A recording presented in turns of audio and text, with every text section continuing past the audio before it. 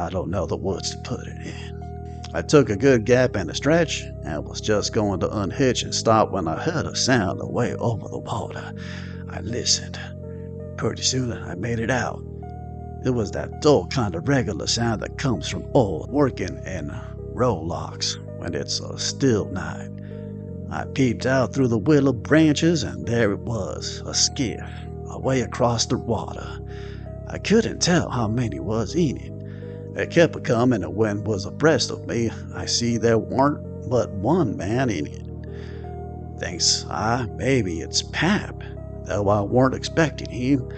He dropped below me with the current, and by and by he came a swinging up showing an easy water, and he went by so close I couldn't have reached out the gun and touched him. Well, it was Pap, sure enough, and sober too, by the way he laid his oars. I didn't lose no time. The next minute I was a spinning downstream soft, but quick, in the shade of the bank. I made 2.5 miles, and then struck out 1/4 mile or more towards the middle of the river, because pretty soon I would be passing the ferry landing, and people might see me and hail me. I got out amongst the driftwood, and then laid down at the bottom of the canoe and let her float. I lay there and had a good rest and a smoke out of my pipe, looking away into the sky. Not a cloud in it.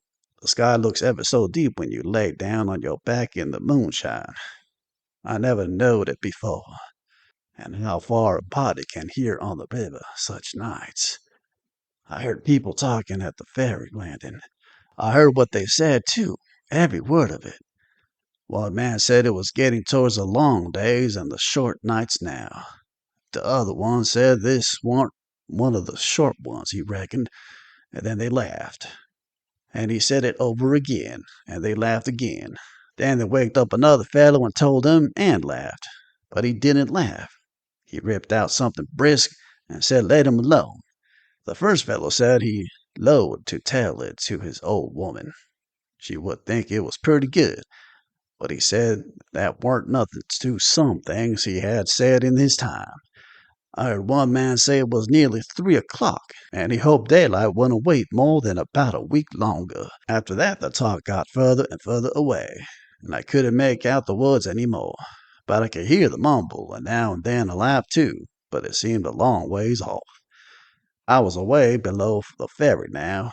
I rose up, and there was Jackson's Island.